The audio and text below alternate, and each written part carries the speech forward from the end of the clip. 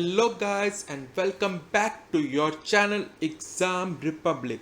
दोस्तों, मैं आज आपके सामने लेके आया हूँ part 13 of the January March current affairs series में, जिसमें कि हम जानेंगे इकोनॉमी एंड बिजनेस से रिलेटेड करंट अफेयर्स। तो आज के वीडियो में और अगले वीडियो में हम सारे के सारे इकोनॉमी एंड बिजनेस से रिलेटेड करंट अफेयर्स कवर करने वाले हैं। तो आइए दोस्तों, बिना टाइम वेस्ट किए शुरू करते हैं हम आज का ये वीडियो। तो देख लेते हैं दोस्तों, सबसे पहले कि हम हमेशा की तरह कि कौन कौन से टॉपिक्स हम कवर करने वाले हैं। इनमें से हम पहले के 6 टॉपिक्स ऑलरेडी कवर कर चुके हैं, जिनका कि लिंक डिस्क्रिप्शन में दिया हुआ है। उस पर क्लिक करके आप प्लेलिस्ट में जाके सारे के सारे टॉपिक्स देख सकते हैं। तो 7 टॉपिक हम देखने वाले हैं इकोनॉमी एंड बिजनेस। तो इनमें इकोनॉमी एंड बिजनेस में क्या क्या कवर करेंगे, सबसे पहले हम देखेंगे कोची मैंगलुरु पाइपलाइन के बारे में जानेंगे, फ्रेट बिजनेस डेवलपमेंट पोर्टल के बारे में जानेंगे, Modi at world economic forum twin summit 2021 इस न्यूज आइटम के बारे में जानेंगे, government to introduce official digital currency इस न्यूज आइटम को देखेंगे। गवर्नमेंट ने अलाउ कर दिया है रिटेल इन्वेस्टर्स को जीसेक मार्केट में। जीसेक मार्केट क्या होती है, इसका इम्पैक्ट क्या रहेगा, ये जानेंगे। आरबीआई की मॉनेटरी पॉलिसी फरवरी 2021 की हाइलाइट्स देखेंगे। फिर हम आरबीआई से रिलेटेड कुछ और न्यूज़ देखेंगे। One banking one ombudsman system launch किया है आरबीआई ने, इसको देखेंगे। फिर हम जानेंगे आरबीआई का 4 टियर स्ट्रक्चर फॉर एनबीएफसीज, इसको डिटेल में समझेंगे कि ये क्या है एनबीएफसीज के लिए। और लास्ट में हम जानेंगे आरबीआई ने जो सैंडबॉक्स इनिशिएटिव है, इसके लिए नॉर्म्स रिलैक्स कर दिए हैं। तो सैंडबॉक्स इनिशिएटिव क्या है आरबीआई का, इसको देखेंगे। तो ये 9 टॉपिक्स आज कवर करेंगे और अगली वीडियो में 15 और टॉपिक्स हैं इकोनॉमी और बिजनेस से रिलेटेड, वो हम कवर करने वाले हैं। तो वीडियो को अंत तक देखिएगा, पसंद आए तो ज़रूर लाइक कीजिएगा और नए हैं तो प्लीज़ सब्सक्राइब भी कीजिएगा। और यदि नहीं पसंद आए तो कोई बात नहीं, लेकिन अगर पसंद आए तो प्लीज़ ज़रूर सब्सक्राइब और बेल आइकन को ज़रूर दबाइएगा। तो आइए दोस्तों, शुरू करते हैं आज का ये वीडियो। तो मैंगलुरु कोची पाइपलाइन के बारे में जान लेते हैं। तो PM has dedicated to the nation Kochi Mangaluru natural gas pipeline of GAIL Authority of India Limited. GAIL की जो पाइपलाइन बना रही थी कोची से मैंगलुरु की, उसको डेडिकेट कर दिया नेशन को, यानी कि ऑपरेशनलाइज कर दिया गया है। एंड इट इज़ अ की इंफ्रास्ट्रक्चर प्रोजेक्ट जिसको कि केरला में बनाया गया है। इसको ओवरकम किया गया है आफ्टर लॉन्ग डिले, जो कि वहाँ के लोगों ने प्रोटेस्ट किए थे। इस जो पाइपलाइन के अगेंस्ट मिसकंसेप्शंस फैलाई गई थी वहाँ पे, तो इसको ओवरकम करने के बाद इसको बना लिया गया, जो आप मैप में देख रहे हैं ग्रीन कलर से, कोची से मैंगलुरु तक। और ये पाइपलाइन करेगी क्या, it will deliver liquefied natural gas यानी LNG from terminal at Kochi, जिसको कि पेट्रोनेट एलएनजी ने बनाया था in 2013 at a cost of 45,000 crore. इससे ये कोची से जो टर्मिनल है, यहाँ से ये सारा साउथ इंडिया को, जो कि आप देख रहे हैं ग्रीन कलर में, मैंगलोर तक ये डिस्ट्रीब्यूट करेगी गैस को, एलएनजी को। और जो रेड कलर से आप लाइन देख रहे हैं, जो बेंगलुरु तक है थ्रू तमिलनाडु, ये सब स्टेशन में ये सबको गैस डिलीवर करने वाली है पाइपलाइन। तो जो ग्रीन पार्ट है ये अभी ऑपरेशनल है, कोची टू मैंगलुरु। और जो बेंगलोर जा रहा है जो थ्रू तमिलनाडु, वो अभी कंप्लीट होना बाकी है और बहुत जल्दी ये कंप्लीट कर लिया जाएगा। तो ये बहुत इंपॉर्टेंट है साउथ इंडिया के पर्सपेक्टिव से, एनर्जी नीड्स के लिए इंडिया की। तो इसलिए ये एक बहुत ही की स्टोन माइलस्टोन माना जा रहा है साउथ इंडिया के लिए। ठीक है, तो it will supply natural gas to domestic and industrial use in Kerala and south India. और जैसे कि मैंने बताया, it will pass through 7 districts of Kerala carrying natural gas from Kochi to Bengaluru via Palakkad and another leg taking it to Bengaluru. और इसकी length है 444 kilometres. और 2009 में इसको क्लियरेंस दे दिया गया था, लेकिन इसके प्रोटेस्ट लोगों के वहाँ हुए थे, क्योंकि लोग चाहते थे कि इसका सी के थ्रू इसका अलाइनमेंट होना चाहिए, इनहेबिटेड एरिया से नहीं होना चाहिए। तो उसको ओवरकम करके ये अचीव कर लिया गया, तो इसीलिए ये एक सिग्निफिकेंट अचीवमेंट माना गया है। तो ये है दोस्तों कोची मैंगलुरु पाइपलाइन। अगली न्यूज़ देख लेते हैं, फ्रेट बिजनेस डेवलपमेंट मॉडल। तो ये क्या है, पीयूष गोयल जो कि आप जानते हैं मिनिस्टर ऑफ रेलवेज हैं, उन्होंने लॉन्च कर दिया है freight business development model for freight consumers. तो क्या है, जो मालगाड़ियों के लिए उनके जो कस्टमर्स हैं, जो माल भेजते हैं मालगाड़ियों के थ्रू, उनके फ्रीट डेवलपमेंट के लिए ये एक पोर्टल बनाया गया है रेलवेज द्वारा।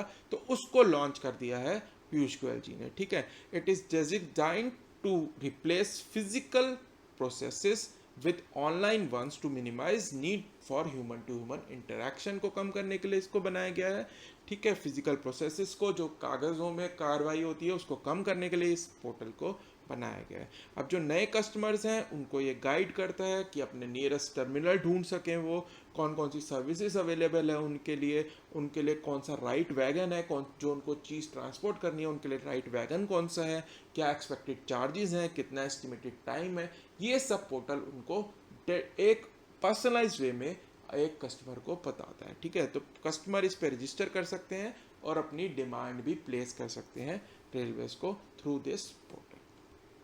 तो ये पोर्टल का ओवरव्यू है, मैंने स्क्रीनशॉट लिया है आपको दिखाने के लिए। तो इसमें ये सारी फैसिलिटीज़ हैं, एग्जिस्टिंग कस्टमर्स, कमोडिटीज़ कौन कौन सी कर सकते हैं आप ट्रांसपोर्ट, टूल्स एंड सर्विसेज क्या क्या है, पार्टनर बन सकते हैं आप उनसे, लॉगिन बना सकते हैं इसमें पूरा। तो ये एक ओवरव्यू है freight business development portal of railways का।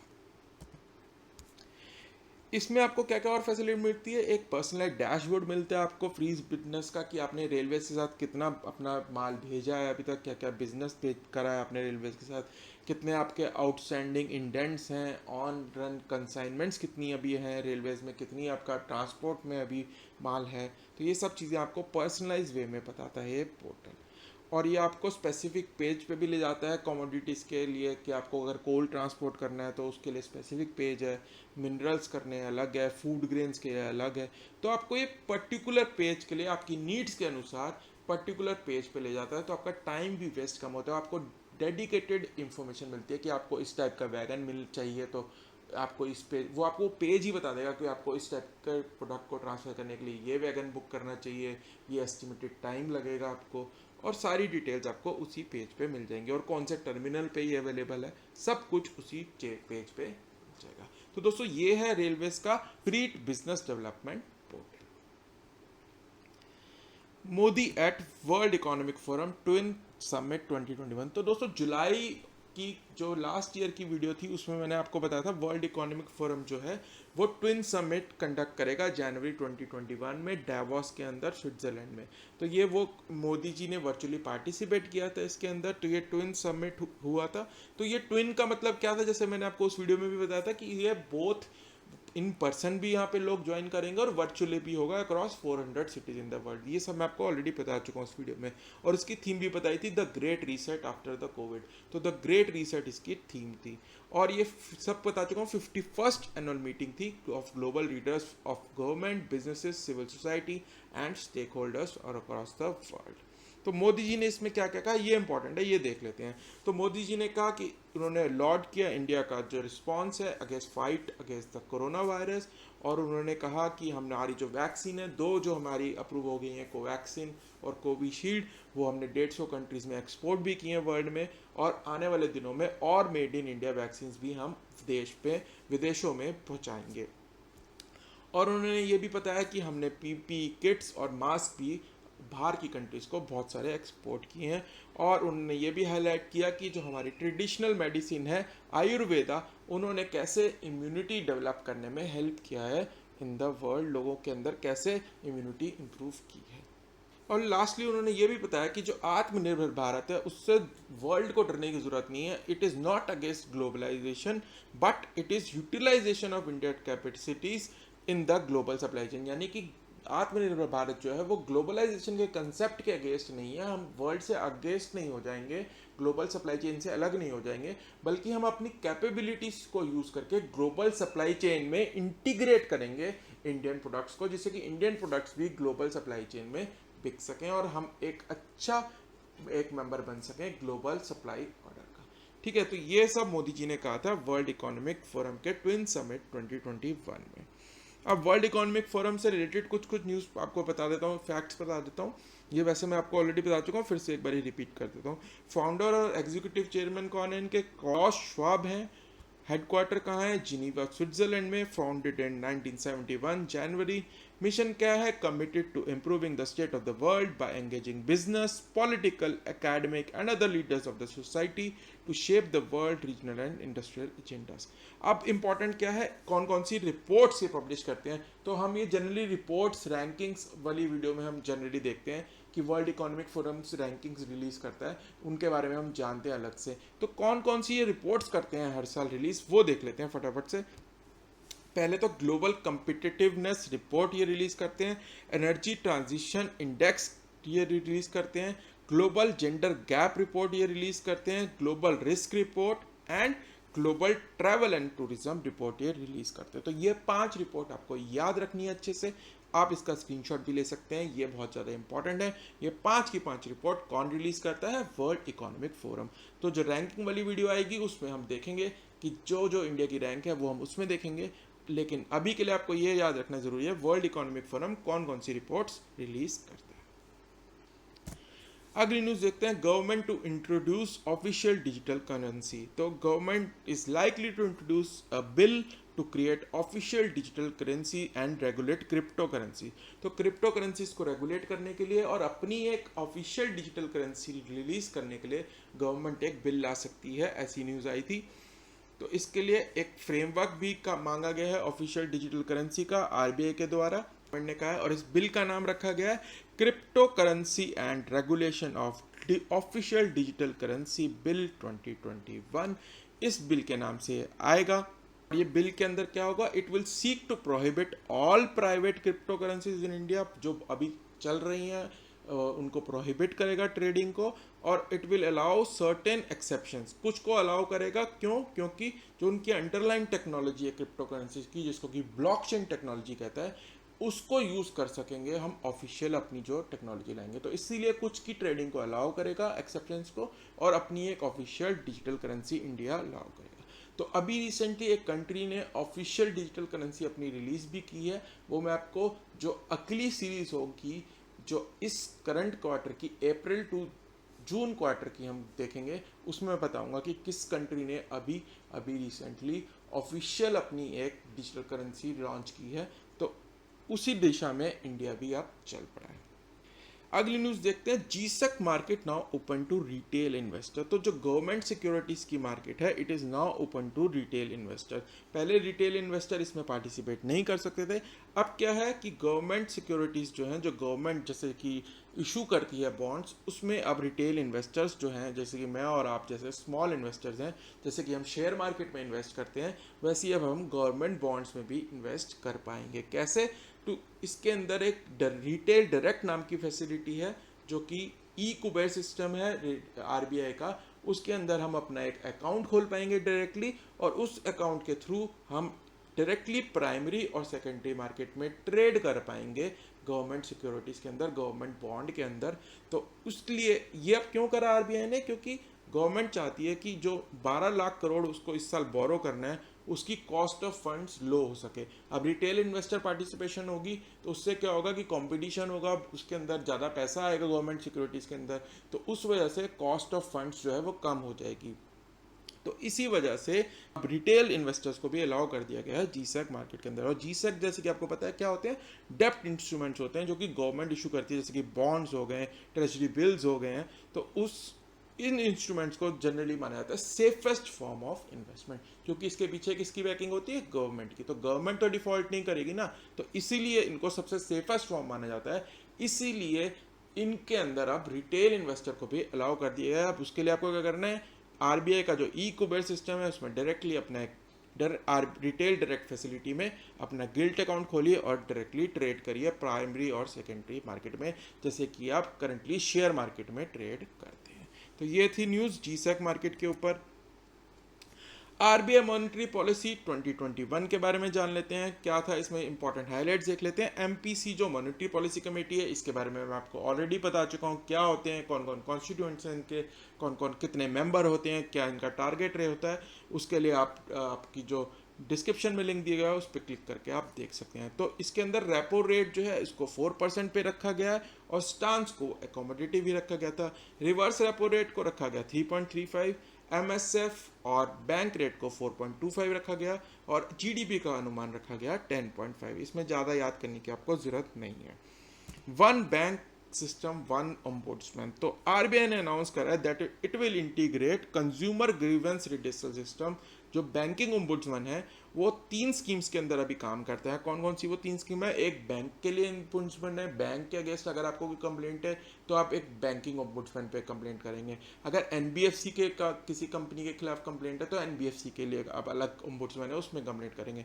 अगर आपकी कोई डिजिटल ट्रांजेक्शन में कंप्लेंट है तो आप डिजिटल ट्रांजेक्शन वाले ओम्बुड्समैन में कंप्लेंट करेंगे।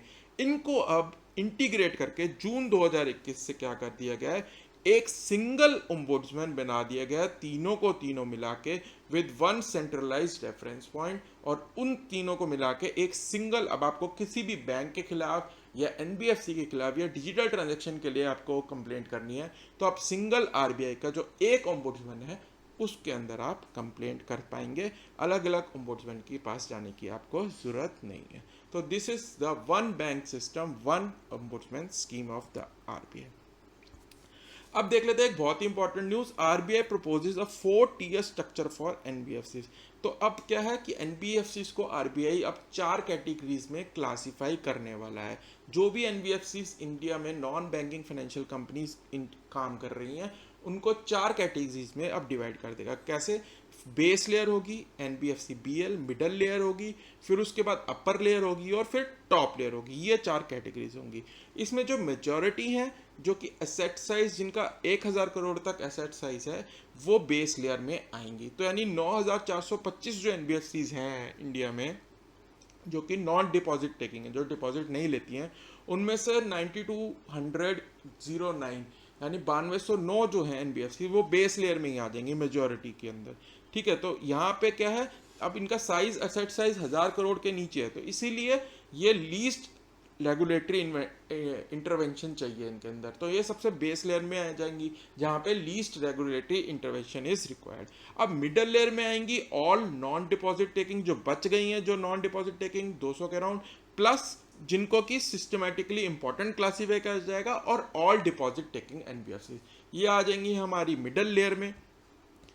और उसके बाद अपर लेयर में आ जाएंगी जो बची हुई 20 से 30 एनबीएफसी हैं जो कि सिस्टमेटिकली सिग्निफिकेंट मानी जा रही हैं, वो आ जाएंगी सब अपर लेयर के अंदर। और टॉप लेयर अभी के लिए एम्प्टी रखी गई है। ठीक है, तो अभी 1 2 3 नीचे से अगर हम नंबरिंग करें तो नीचे वाली 1 बेस लेयर, फिर मिडल और अपर इनमें ही रखा गया है, और जो 4th लेयर है टॉप लेयर उसको अभी एम्प्टी रखा गया है। और नीचे से जो है रेगुलेटरी इंटरवेंशन सबसे कम होगी और ऊपर वाली लेयर में रेगुलेटरी ओवरसाइट सबसे ज़्यादा होगी। यानी सबसे ज़्यादा जो आरबीआई का फोकस रहेगा, जिसमें कि सबसे ज़्यादा रेगुलेशंस रहेंगी आरबीआई की लागू, वो सबसे ऊपर वाली में रहेंगी। फॉर एग्जांपल जो बैंक जितनी स्ट्रिक्टनेस जिसमें रेगुलेशंस रहेंगी वो सबसे टॉप लेयर में रहेंगी, वो इक्विवेलेंट टू बैंक जितना रिस्क हो जाएंगी।